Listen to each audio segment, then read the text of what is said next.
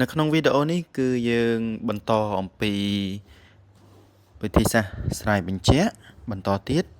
បាទហើយយើងនៅសល់ចំណុចទី5គឺសំដៅទៅលើសម្រាយបញ្ជាក់តាមករណីភាសាអង់គ្លេសយើងហៅថា proof by cases ចំណុចទី6យើងផ្ដោតទៅលើសម្រាយបញ្ជាក់តាមអនុមានរួមប្រភេទធម្មតាភាសាអង់គ្លេសយើងអាចប្រើពាក្យថា normal inductions ឬក៏ weak induction ឬក៏ម្យ៉ាងទៀតគេអាចហៅថា standard induction ហើយចំពោះចំណុចចុងក្រោយគឺចំណុចទី7គឺយើងនិយាយអំពីសម្រាយបញ្ជាក់តាមអនុមានរួមគណិតវិទ្យាទម្រង់ខ្លាំងបាទយើងហៅថា strong induction ចំពោះចំណុចទី5បាទសម្រាយបញ្ជាក់តាមករណី proof by cases ជាក់ស្ដែងគឺក្រោមទម្រង់ថាសមត្ថកម្មបណ្ដុំនៃសមត្ថកម្មរបស់យើងបាទទាញទៅរកសេចក្តីសន្និដ្ឋានបាទដែលសមត្ថកម្មរបស់យើងអាចញែកជាករណីដូចក្នុងនេះយើងញែកបាន P ឬក៏ Q បាទអញ្ចឹងដើម្បីបង្ហាញថាអំណះអំណាងនេះពិតយើងត្រូវបង្ហាញថា P នាំឲ្យ R ពិតបន្ទាប់មកទៀតយើងត្រូវបង្ហាញថា Q នាំឲ្យ R ពិតបាទហេតុអីបានយើងត្រូវបង្ហាញបែបនេះដោយសារតែអំណះអំណាងទម្រង់បាទ P ឬ Q នាំឲ្យ R នេះវាពិតបាទវាសមមូលទៅនឹងP នាំឲ្យ R និង Q នាំឲ្យ R អញ្ចឹងបើសិនជាខណៈវាពិតយើងគ្រាន់តែបង្ហាញនេះសំណើខាងស្ដាំនេះពិតបាទដោយសារជាសំណើសមមួយគ្នាតាមតារាងតក្កបាទឥឡូវយើងចូលឧទាហរណ៍ទី1បាទគឺបង្ហាញថាគ្រប់ n ជារបស់ Z មានន័យថាគ្រប់ n ជាចំនួនគាត់ relative n ការ៉េបូក n ជាចំនួនគាត់គូបាទដូច្នេះយើងមើលសម្រាប់បញ្ជាក់ទាំងអស់គ្នាឧបមាថានេះជាការឧបមារបស់យើងជាសេចក្តីសន្មតសេចក្តីសន្និដ្ឋានរបស់យើងសមត្ថកម្មគឺ n របស់យើងជាចំនួនគាត់ relative បើករណី n ជាចំនួនគាត់ relative មានន័យថា n របស់យើងអាចជាមានពីរករណីគឺអាចជាចំនួនគាត់គូនិងចំនួនគាត់សេសបាទករណីទី1ចំនួនគាត់គូបើសិនជា n ជាចំនួនគាត់គូមានន័យថាយើងអាចសេជាទម្រង់2m បាទឬក៏ពហុគុណនៃ2បាទយើងអាចសេជាទម្រង់បែបនេះបន្ទាប់មកទៀតយើងធ្វើប្រមាណវិធីដើម្បីបានសេចក្តីសន្និដ្ឋានថាជាចំនួនគាត់គូដែរពេលនេះយើងទទួលបាន m 2m ការ៉េបូក 2m បាទហើយយើងដាក់2ជាកតាយើងទទួលបានថា n ការ៉េបូក n ជាចំនួនគាត់គូបាទព្រោះវាជាពហុគុណនៃ2ករណីទី2គឺករណី n របស់យើងជាចំនួនគាត់សេសអញ្ចឹងខ្ញុំតាំងដោយ 2k បូក1បាទបន្ទាប់មកទៀតយើងធ្វើប្រមាណវិធីបាទលើកវាជាការ៉េហើយនឹងបូកទៅ n យើងទទួលបានជាទម្រង់ពហុធាតុនៃ2ដែរឬក៏ពហុគុណនៃ2សំទោសជាពហុគុណនៃ2ដដែលអញ្ចឹងមានន័យថា n ការ៉េបូក n គឺជាចំនួនគាត់គូបាទអញ្ចឹងយើងញែកជាពីរករណីដោយសារ n របស់យើងn របស់យើងជាចំនួនគាត់ relative ដូច្នេះក្នុងករណីនេះយើងត្រូវញែកជាពីរករណីថាចំនួនគាត់ relative វាមានពីរផ្នែកគឺចំនួនគាត់គូហើយនិងចំនួនគាត់សេសដូច្នេះយើងធ្វើករណីទី1គូឲ្យរួចរាល់បន្ទាប់មកយើងធ្វើករណីទី2បាទគឺករណីសេសចំពោះឧទាហរណ៍ទី2ខ្ញុំមានថាគ្រប់ x ជារបស់ r មានន័យថាគ្រប់ x ជាចំនួនពិតនោះបាទ x បូកតម្លៃដែលខាត x ដក7ធំជាងឬស្មើ7បាទអញ្ចឹងចំនួនពេលនេះគឺ x របស់យើងជាចំនួនពិតបាទអញ្ចឹងយើងត្រូវញែកករណីថាចំនួនពិតពីណាទៅណាហើយចំនួនពិតមួយទៀតពីណាទៅណាក្នុងនេះយើងមើលពាក់ព័ន្ធជាមួយនឹងសេចក្តីសន្និដ្ឋានរបស់យើងគឺមានតម្លៃដែលខាតដូច្នេះយើងសង្កេតមើលតម្លៃដែលខាតរបស់យើង តម្លៃដែលខាតនៃ x ដក7យើងអាចទៅសេបានពីករណីបាទគឺករណីស្មើជាមួយនឹង x ដក7នៅពេលដែល x ធំជាងឬស្មើ7ហើយនឹងករណីមួយទៀតដក x ដក7ករណី x ដូចជាង7បាទអញ្ចឹងយើងបំបែកជាករណីបែបនេះអញ្ចឹងយើងសង្កេតឃើញថាពាក់ព័ន្ធជាមួយនឹង x របស់យើងពេលនេះគឺយើងមានពីរផ្នែកហើយគឺ x របស់យើងដែលយើងត្រូវសិក្សាគឺករណីធំជាងឬស្មើ7ហើយនឹងតូចជាង7ដូច្នេះយើងត្រូវលើកករណីទី1គឺករណី x ធំជាងឬស្មើ7បាទនៅពេលដែល x ធំជាងឬស្មើ7យើងឃើញថាតម្លៃដែលខាតគឺយើងអាចទៅសេបានថាx ដក7បានបាទបន្ទាប់មកទៀតយើងធ្វើប្រមាណវិធីបូកអង្គសងខាងនឹង x បាទយើងបូកអង្គសងខាងនឹង x យើងទទួលបាននៅផ្នែកខាងស្ដាំនេះយើងទទួលបាន 2x ដក7បាទជាក់ស្ដែងយើងសង្កេតឃើញថា x របស់យើងនេះគឺយើងកំណត់ពីលើមកគឺក្នុងករណីធំជាងឬស្មើ7ដូច្នេះតម្លៃនេះទាំងមូលគឺវាធំជាងឬស្មើ2ក៏នឹង7ដក7ដែរយើងធ្វើការគណនាយើងទទួលបាន7ដូច្នេះមានន័យថាកន្សោមរបស់យើងគឺបាទកន្សោមរបស់យើងនេះគឺពិតជាធំជាងឬស្មើ7មែន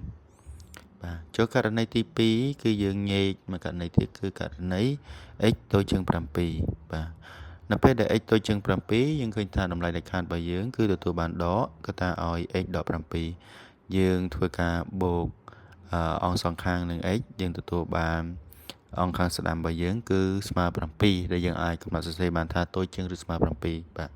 ដូច្នេះទាំងពីរករណីទាំងករណី x ធំជាងឬស្មើ7ក៏យើងឃើញថាកន្សោមរបស់យើងវាធំជាងឬស្មើ7បាទហើយករណីមួយទៀតករណី x តូចជាង7គឺយើងឃើញថាកន្សោមរបស់យើងក៏ពិតជាធំជាងឬស្មើ7ដែរដូច្នេះយើងអាចអះអាងថាកន្សោមរបស់យើងទាំងមូលឬក៏អំណាងរបស់យើងខាងលើនេះគឺវាពិតបាទពិតគ្រប់ x ជារបស់ r តែម្ដងឧទាហរណ៍ទី3បាទគេឲ្យយើងបង្ហាញថាបើ xy ជាចំនួនពិតនោះតម្លៃដែលខាត x បូក y តូចជាងឬស្មើតម្លៃដែលខាត x បូកតម្លៃដែលខាត y បាទអានេះយើងហៅថាវិសមភាពត្រីកោណដូច្នេះសម្រាប់បញ្ជាក់គឺយើងធ្វើការឧបមា xy ជាចំនួនពិតទៅហើយយើងញែកជាករណីបាទករណីទី1គឺយើងនិយាយថា x ហើយនឹង y នឹងវាធំជាងឬស្មើ0ហើយករណីទី2យើងអាចញែកបានថា x តូចជាង0 y តូចជាង0ហើយនៅមានករណីមួយទៀតគឺនៅពេលដែលមាន1ធំជាង0ហើយ1តូចជាង0បាទគឺអានេះ x ធំជាងឬស្មើ0ហើយ y តូចជាង0ក្នុងករណីទី1នេះយើងអាចសាកល្បងដោះស្រាយដោយខ្លួនឯងបាទហើយករណីទី2ដូចគ្នាហើយករណីទី3សូមព្យាយាមសាកល្បងបាទព្យាយាមសាកល្បងយកករណីទី1និងករណីទី2ករណីទី3ទាញឲ្យបានថាវាតម្លៃដែលខាតនៃ x បូក y វាតូចជាងឬស្មើតម្លៃខាត x បូកតម្លៃដែលខាត y បាទសូមព្យាយាមសាកល្បងហើយយើងមានជាកលឹះបាទយើងមានជាកលឹះមួយចំនួនគឺក្នុងនេះគេដាក់ថា some common situation to use cases បាទនៅពេលដែលយើងចង់ប្រើប្រាស់វិធីសាស្ត្រញែកតាមករណីនេះគឺជាស្ថានភាពបាទសាមញ្ញមួយចំនួនបាទឬក៏ចាំបាច់មួយចំនួនដែលយើងជួបប្រទះញឹកញាប់ឧបមាថាសមត្ថកម្មភាសាអង់គ្លេសហៅ hypothesis នេះគឺសមត្ថកម្មឧបមាថាសមត្ថកម្មរបស់យើងគឺពាក្យពន្ធថា n ជាចំនួនគាត់អញ្ចឹង n ជាចំនួនគាត់យើងអាចញែកបានជាពីរករណីគូហើយមួយទៀតករណីសេសបាទបើសិនជាករណី mn ជាចំនួនគាត់ integer នេះសម្រាប់ទៅចំនួនគាត់អញ្ចឹងយើងអាចញែកបាន4ករណីគឺនៅពេលដែល mn វាគូ m គូ n សេសហើយ m សេស n គូហើយនឹងទាំងពីរហ្នឹងគឺសេសដូចគ្នាបាទហើយនៅពេលដែលសមត្ថកម្មរបស់យើងពាក់ព័ន្ធជាមួយនឹងចំនួនពិត real number ដូច្នេះយើងអាចនិយាយថាវាពីករណីគឺអាចករណីថា rational number ឬក៏ irrational number សន្និធានឬក៏អាចអសន្និធានបាទក្នុងករណីខ្លះយើងអាចញែកតាមករណីបែបនេះហើយនៅពេលដែលម្យ៉ាងទៀតបើសមត្ថកម្មរបស់យើងជាចំនួនពិតដដែលអញ្ចឹងយើងអាចញែកដូចបង្ហាញនៅខាងស្ដាំនេះបាទហើយ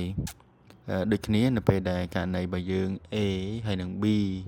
កំណត់ថាជាចំនួនប៉ិនអញ្ចឹងយើងអាចបែងចែកទៅជាករណីដូចខាងស្ដាំនេះគឺគ្រាន់តែជា common situation ឬក៏ស្ថានភាពដែលយើងអាចយកទៅញែកជាករណីប៉ុន្តែជាក់ស្ដែងអាស្រ័យទៅលើប្រភេទនៃលំហាត់បាទហើយឥឡូវយើងពិនិត្យមើលលំហាត់អនុវត្តបាទខ្ញុំលើកយកចំនួន4បាទទី1គឺគ្រប់ n ជារបស់ z មានថា n ជាចំនួនកត់ relative n ក្រេដក 5n បូក 7 ជាចំនួនកត់សេសបាទទី2បើ n ជាចំនួនកត់នោះ n ការ៉េធំជាងឬស្មើ n បាទទី3ពាក្យព័ន្ធមួយតម្លៃលក្ខខណ្ឌបាទ AB ជាចំនួនពិតតម្លៃលក្ខខណ្ឌ AB ស្មើនឹងតម្លៃលក្ខខណ្ឌ A គុណនឹងតម្លៃលក្ខខណ្ឌ B ហើយចំពោះទី4គ្រប់ចំនួនពិត AB បាទបើករណី A គុណនឹង B ស្មើ0នោះយើងអាចសន្និដ្ឋានបានថា A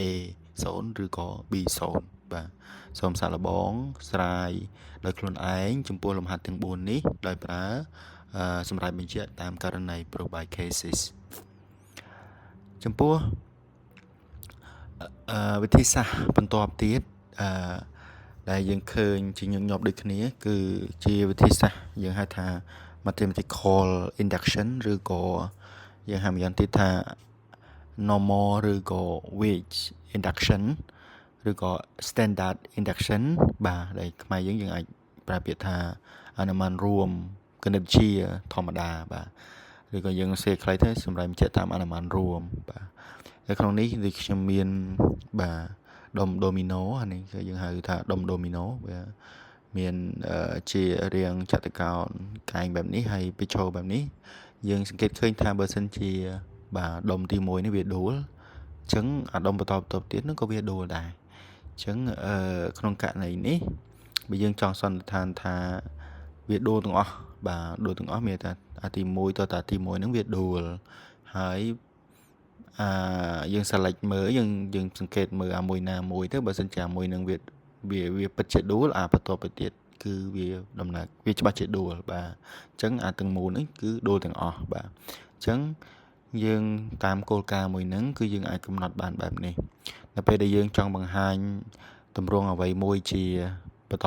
បែបនេះមានថាគ្រប់បាទគ្រប់ n ជាចំនួនគាត់អញ្ចឹងអំណះអំណាងដែលវាអាស្រ័យទៅនឹង n ហ្នឹងវាពិតបាទចង់បង្ហាញថាទម្រង់បន្តនឹងវាពិតអញ្ចឹងទី1គឺយើងទៅបង្ហាញលក្ខណៈថាគេហៅ base case ករណីដំបូងគឺនៅពេលដែលn ស្មើ1ព្រោះ n របស់យើងជាចំនួនគាត់ធម្មជាតិមាន1 2 3 4 5រហូតទៅអញ្ចឹងករណីដំបូងគឺឧបមាថាទី1ហ្នឹងវាពិតបាទពេល1វាពិតអញ្ចឹងយើងឧបមាថា n ស្មើ1បន្ទាប់មកយើងសង្កេតមើលពេល1ហ្នឹងពិតអត់បាទអញ្ចឹងបើ n ស្មើ1ពេល1វាពិតអូខេយើងអាចធ្វើការស្រាយបន្តទៀតគឺឧបមាថានៅពេលដែល n ស្មើ k បាទនៅទីនេះ n ស្មើ k ឧបមាថា n ស្មើ k ហ្នឹងគឺអំណះអំណាង pk របស់យើងវាពិតបាទបន្ទាប់មកយើងយកសមាតកម្មហ្នឹងទៅទាញឲ្យបានថាp នៃ k បូក1បន្ទាប់ទៀតហ្នឹងគឺពិតបាទនៅពេលដែល n ស្មើ k បូក1ក៏វាពិតដែរបាទជាឧទាហរណ៍ចូលនេះបង្ហាញថាគ្រប់ n ជាចំនួនគាត់ធម្មជាតិ3សគុណ n ដក1ជាពហុគុណនៃ2បាទអញ្ចឹងក្នុងករណីនេះយើងធ្វើការស្រាវបញ្ជាក់តាមmathematical induction ឬក៏ standard induction ទៅឬក៏ weak induction អញ្ចឹងករណីទី1យើងហៅករណីដំបូងឬករណី base case នៅពេលដែល n ស្មើ1យើងមើលថាតើវាផ្ទៀងផ្ទាត់អត់បាទនៅពេលដែល n ដំបូង n ស្មើ1អញ្ចឹងយើងជួសចូលទៅបាទពេល n ស្មើ1យើងជួសចូលក្នុងអំណាងរបស់យើងគឺ3សគុណ1ដក1ស្មើ2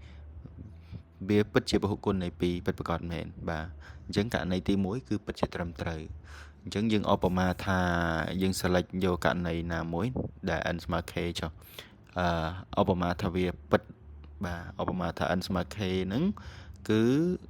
3សគុណ k ដក1ហ្នឹងគឺចំនួននេះគឺជាពហុគុណនៃ2បាទនេះជាការឧបមារបស់យើងបន្ទាប់មកទៀតយើងយកការឧបមារបស់យើងនេះធ្វើជាសមត្ថកម្មដើម្បីទាញឲ្យបានថា នៅពេលដែល n ស្មើ k បូក1 3 second k បូក1ដក1ក៏ជាពហុគុណនៃ2ដែរនៅពេលនោះគឺយើងអាចអះអាងថាគ្រប់ករណីទាំងអស់គឺវាពិតជាពហុគុណនៃ2បាទអញ្ចឹងយើងសង្កេតមើលនៅពេលដែល n ស្មើ k បូក1បាទគឺ3 second n ដក1របស់យើងគឺអាចសេជាទម្រង់ថា3ស្វ័យគុណ k បូក1ដក1បាទនៅពេលនេះយើងផ្ដាច់ជាទម្រង់បាន3គុណនឹង3 second k ដក1ហើយយើង3មេគុណ3នេះយើងអាចបំបែកជា2យើងបាន2គុណនឹង3 second k បូក3 second k បាទនៅពេលនេះយើងសង្កេតឃើញថាកតុយ3 second k ដក1នេះគឺដោយសារតែយើងសន្មតបាទយើងសន្មតរួចហើយថាវាជាពហុគុណនៃ2ដូច្នេះកន្សោមនេះជាពហុគុណនៃ2កន្សោមខាងមុខរបស់យើងនេះក៏ជាពហុគុណនៃ2យើងអាចទាញ2ជាកតាដូច្នេះកន្សោម3 second k បូក1ដក1នេះគឺជាពហុគុណនៃ2បាទដូច្នេះយើងបានស្រាយបញ្ជាក់រួចហើយថាគ្រប់ករណីទាំងអស់គឺវាជាពហុគុណនៃ2បាទខ្ញុំមានឧទាហរណ៍ទី5មួយទៀតគឺគេឲ្យយើងបង្ហាញថាគ្រប់ចំនួនគាត់ធម្មជាតិបាទ1 + 3 + 5រហូតដល់ 2n ដក1នេះគឺវាស្មើ n ការ៉េបាទអញ្ចឹងដើម្បីស្រាយបញ្ជាក់ទម្រង់នេះគ្រប់ករណីទាំងអស់គឺយើងតេស្តមើលករណីទី1នៅពេលដែល n ដំបូងគឺ n ស្មើ1តើវាពិតអត់បាទអញ្ចឹងពេលដែលយើងតេស្តមើលទៅយើងឃើញថាពេល n ស្មើ1យើងជួសចូលទៅ1ស្មើ1ការ៉េវាពិតជាត្រឹមត្រូវមិនមានបញ្ហាទេអញ្ចឹងយើងឧបមាថា n ស្មើ k ណាមួយបាទវាពិតអញ្ចឹងមានន័យថា1 + 3 + 5រហូតដល់ 2k ដក1ហ្នឹងវាស្មើ k ការ៉េអានេះជាការឧបមារបស់យើងឧបមាថាវាពិតអញ្ចឹងវាជាសមត្ថកម្មមួយដែលយើងត្រូវទាញទៅរកថា k បូក1ក៏ពិតដែរបាទអញ្ចឹងនៅពេលដែល n ស្មើ k បូក1គ្នាយើងទៅសេក្នុងនេះបាទទាំងអស់គ្នាសេក្នុងនេះយើងនឹងឃើញថាផលបូករបស់យើងចេញជាទម្រង់បែបនេះវិញយើងជំនួស n ស្មើ k បូក1ចូលទៅចេញទម្រង់បែបនេះបន្ទាប់មកទៀតទាំងអស់គ្នាមើលកន្សោមខាងមុខនេះបាទនេះកន្សោមខាងមុខនេះគឺជាក់ស្ដែងគឺយើងបានសន្មតរួចហើយផលបូកបាទផលបូកទាំងអស់រហូតដល់ 2k ដក1នេះគឺយើងសន្មតពីការសន្មតរបស់យើងថាវាស្មើ k ការ៉េដូច្នេះយើងអាចសរសេរបានថាជា k ការ៉េបន្ទាប់មកយើងបូកនឹងតួ k បូក1នឹងទៅបន្ទាប់មកទៀតយើងទៅដាក់វាជាបកគុណកតាឬក៏លើកវាជាការ៉េបាទដោយសារនេះវាចូលទម្រង់ជា k ការ៉េបូក 2k បូក1អញ្ចឹងយើងអាចសរសេរជាទម្រង់ k បូក1លើកជាការ៉េអញ្ចឹងយើងសង្កេតឃើញថាបើសិនជាទីតាំងទាំងនេះ n បាទលទ្ធផលគឺ n ការ៉េបើសិនជាទីតាំងរបស់យើង k បូក k គឺលទ្ធផលរបស់វា k ទៅពេលនេះគឺ k បូក1អញ្ចឹងផលបូករបស់វាគឺចេញ k បូក1លើកជាការ៉េបាទអញ្ចឹងមានន័យថាយើងបានស្រាយបញ្ជាក់រួចរាល់ហើយគ្រប់ករណី n ទាំងអស់គឺផលបូករបស់វាគឺចេញទម្រង់ n បាទ n ការ៉េបែបនេះបាទចំពោះឧទាហរណ៍ទី6គឺទស្សនបទរបស់ De Moor បាទ cosinus delta បូក i sin delta ស្វ័យគុណបាទស្វ័យគុណ n វាស្មើនឹង cos n delta បូក i sin n delta អញ្ចឹងយើងសាកល្បងប្រើបាទ induction ដើម្បីស្រាយករណី base case គឺករណីដំបូងគឺករណី n ស្មើ1បាទអញ្ចឹងយើងជួស1ចូលទៅយើងឃើញថាវាពិតជាត្រឹមត្រូវបាទចំពោះករណី n ស្មើ k យើងឧបមាថាវាពិតអញ្ចឹងយើងឧបមាថាកន្សោមឬក៏អំណះអំណាងនេះវាពិតបាទសមីការនេះពិតអញ្ចឹងយើងព្យាយាមទាញចេញពីសមីការហ្នឹងយកវាទៅប្រើប្រាស់ដើម្បីឲ្យអះអាងថាពេល n ស្មើ k បូក1វាពិតដែរអញ្ចឹងនៅពេលដែល n ស្មើ k បូក1យើងទាញចេញពីទម្រង់របស់យើងអាចទៅសេបាទ cos delta បូក i sin delta ស្វ័យគុណ k បូក1យើងប្រើលក្ខណៈរបស់វាមួយចំនួនបាទសូមអ្នកទាំងអស់គ្នាសាកល្បងតើយើងប្រើអីខ្លះបាទពេលចុងក្រោយគឺយើងអាចទាញបានថា cos នៃ k បូក1 delta បូក i sin k បូក1 delta បាទយើងអាចទាញថាវាស្មើបែបហ្នឹងអញ្ចឹងបញ្ជាក់ថា បើសិនជាទម្រង់របស់យើងគឺស្វ័យគុណ n គឺអានេះទីតាំង n បើសិនជា k បូក1យើងឃើញថាវាចេញ k បូក1បាទអញ្ចឹងមានន័យថាយើងបានស្រាយរួចរាល់អស់ហើយគឺ base case កម្រិតដំបូងគឺ n ស្មើ1ក៏ពិតបាទឧបមាថា n ស្មើ k វាពិតជាអញ្ចឹងយើងអាចទាញយកវាទៅប្រើប្រាស់ដើម្បីទាញថាករណី k បូក1គឺវាចេញទម្រង់នឹងដែរបាទចំពោះលំហាត់អនុវត្តនៅក្នុងចំណុចនេះគឺយើងមានចំនួនបាទ6បាទចំនួនទី1គឺយើងសាកល្បងស្រាយថាគ្រប់ n ជារបស់ n ជាចំនួនគោលធម្មជាតិ1បូក2រហូតដល់ n ហ្នឹងគឺវាស្មើកន្សោមមួយនេះបាទហើយចំណុចទី2យើងនិយាយពីភពការ៉េបាទ1ការ៉េបូក2ការ៉េរហូតដល់ n ការ៉េគឺស្មើកន្សោមមួយនេះបាទហើយចំណុចទី3គឺពាក់ព័ន្ធនឹងភពគីបបាទ1គីបបូក2គីបរហូតដល់ n គីបគឺស្មើបានទម្រង់កន្សោមខាងស្ដាំនេះបាទហើយចំពោះលំហាត់លេខ4បាទគេថាគ្រប់ n ជាចំនួនគោលធម្មជាតិបាទ5ស្វ័យគុណ n ដក1បាទជាពហុគុណនៃ4បាទឬក៏ចែកដាច់នឹង4អញ្ចឹងនេះគឺសំដៅលើភាពចែកដាច់បាទអញ្ចឹងទី5បាទយើងស្តៀងគ្នាបាទអញ្ចឹងសូមទាំងអស់គ្នាសាកល្បងអនុវត្តលំហាត់អនុវត្តនេះដោយខ្លួនឯងបាទទាំងទី1ទី2ទី3ទី4ទី5ទី6សូមព្យាយាមធ្វើបាទហើយចំពោះចំណុចបាទទី7ដែលជាចំណុចចុងក្រោយយើងហៅថា strong induction ឬក៏អនុមានរួមខ្លាំងបាទអនុមានរួមខ្លាំងហ្នឹងជាក់ស្ដែងគឺយើងគិតថានៅពេលដែលដួលអាទី1នេះឧទាហរណ៍ទៅដល់ទីណាមួយទី7ទី8ហ្នឹងនៅពេលដួលអាទី7ទៅទី8វាបើយើងឧបមាថាទី7វាពិតជាដួលតែទី8มันយើងអត់ច្បាស់ថាវាដួលទេដោយសារវាអត់មានកម្លាំងរុញច្រានពីទី1ហ្នឹងទៅអញ្ចឹងមានថាករណីនេះគឺយើងចាំបាច់គ្រប់ករណីចាំបាច់ថាទី1ក៏វាពិតទី2ក៏ពិតរហូតទៅដល់ទីណាមួយហ្នឹងវាពិតដែរទៅធ្វើឲ្យអាទីបន្ទាប់ហ្នឹងវាពិតបាទអញ្ចឹងករណីនេះគឺយើងអាចពិនិត្យមើលថាករណីទី1វាពិតពេលខ្លះយើងត្រូវពិនិត្យទាំងករណីដំបូងទី1ទី2ទី3បាទពេលខ្លះវាអាចច្រើនជាងពីទី1បាទហើយក្នុងករណីនេះគឺយើងចាំបាច់ថាទី1គឺយើងចាំបាច់ថាត្រូវសន្មតថាទី1ពិតទី2ពិតទី3រហូតទៅដល់ទី k ណាមួយនេះបាទពិតទាំងអស់ទើបយើងអាចទាញបានថាទី k បូក1ហ្នឹងវាពិតដែរប្រៀបបានដូចជាថាយើងចង់បានទី k បូក1នេះវាដួលទោះតែដួលចាប់ពីទី1រហូតទៅដល់ទី k បាទទើបអាចមានលទ្ធភាពទី k បូក1ហ្នឹងដួលបាទអញ្ចឹងក្នុងករណីនេះខ្ញុំលើកយកឧទាហរណ៍ថាចំពោះគ្រប់ចំនួនគាត់បាទធំជាងឬស្មើ2គេអាចទៅសេចំនួនគាត់នោះជាពហុគុណនៃចំនួនបឋមអញ្ចឹងយើងសង្កេតមើលសម្រាប់ជាតិទាំងអស់គ្នាករណីដំបូងពេលនេះយើងឬក៏ base case គឺយើងពិនិត្យមើលគឺយើងកំណត់យកពី2ទៅបាទអញ្ចឹង base case របស់យើងគឺ n ស្មើ2 n ស្មើ2ជាក់ស្ដែងគឺយើងសង្កេតមើល n ស្មើ2ច្បាស់ណាស់គឺជាពហុគុណនៃ2ឯងព្រោះ2អាចសេបានថា2គុណនឹង1អញ្ចឹងទៅអញ្ចឹងវាជាពហុគុណនៃ2ហើយ2នេះគឺជាចំនួនបឋមអញ្ចឹងមានថា n របស់យើងពេលនេះគឺជាពហុគុណនៃចំនួនបឋមហើយអញ្ចឹងវាពិតបាទហើយយើងឧបមាតទៀតទៅក្នុងករណីនេះយើងត្រូវឧបមាអញ្ចឹងព្រោះដើម្បីយកការឧបមារបស់យើងនេះដើម្បីយកទៅប្រើប្រាស់ក្នុងការទាញនៅពេលដែល n ស្មើ k បូក1គឺ